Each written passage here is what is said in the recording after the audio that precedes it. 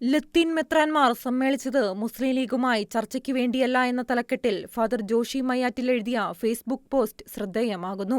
Facebook പോസ്റ്റിലേക്ക് KRLCBC മുസ്ലിം ലീഗുമായി ചർച്ച നടത്തിയെന്നത് മാധ്യമങ്ങൾ വൻ പ്രാധാന്യത്തോടെയാണ് റിപ്പോർട്ട് ചെയ്തത്. ഈ ചർച്ചയ്ക്കായി 16 ലത്തീൻ മെത്രാൻമാരും എത്തിയെന്നൊക്കെയാണ് റിപ്പോർട്ടിംഗ്. എല്ലാ വർഷവും 2 പ്രാവശ്യം നടക്കാറുള്ള ലത്തീൻ മെത്രാൻ സമിതിയുടെ യോഗം എത്രയോ മാസങ്ങൾക്ക് മുമ്പേ തന്നെ തീരുമാനിച്ചിട്ടുള്ളതാണ്. ആ യോഗത്തിലേക്ക് മുസ്ലിം ലീഗ് നേതാക്കളെ ചില തൽപരകക്ഷികൾ എത്തിച്ചു എന്നേ കരുതേണ്ടതുള്ളൂ. ഏതായാലും ആ വരവുകൊണ്ട് എന്തെങ്കിലും ഗുണമുണ്ടാകുമെന്ന് കരുതാൻ നിലവിലെ അവസ്ഥയിൽ കഴിയുന്നില്ല. തീരുമാനമെടുക്കേണ്ടത് സർക്കാരാണല്ലോ. മുനമ്പംകാരുടെ റവന്യൂ അവകാശങ്ങൾ സ്വത്തരമായും ശാശ്വതമായും പുനഃസ്ഥാപിക്കുക എന്നതുമാത്രമാണ് മുനമ്പം വിഷയത്തിൽ ഏക പരിഹാരം.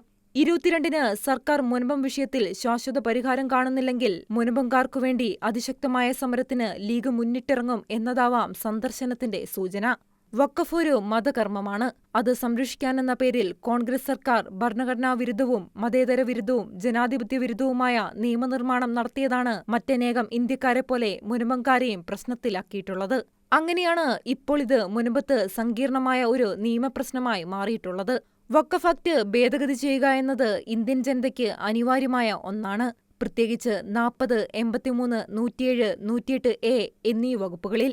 മോദിയുടെ ഭേദഗതിക്കു ബദലായി കോൺഗ്രസും മുസ്ലിം ലീഗുമൊക്കെ ഭേദഗതി നിർദ്ദേശങ്ങൾ രൂപീകരിക്കേണ്ടതുണ്ട്. ഈ വിഷയങ്ങളെല്ലാം മെത്രാൻമാർ തൽപരകക്ഷികളോട് ഉന്നയിച്ചിട്ടുണ്ടാവും എന്ന് കരുതുന്നു എന്ന വാക്കുകളോടെയാണ് ഫാദർ ജോഷി മയ്യാറ്റിലിന്റെ ഫേസ്ബുക്ക് പോസ്റ്റ് അവസാനിക്കുന്നത്.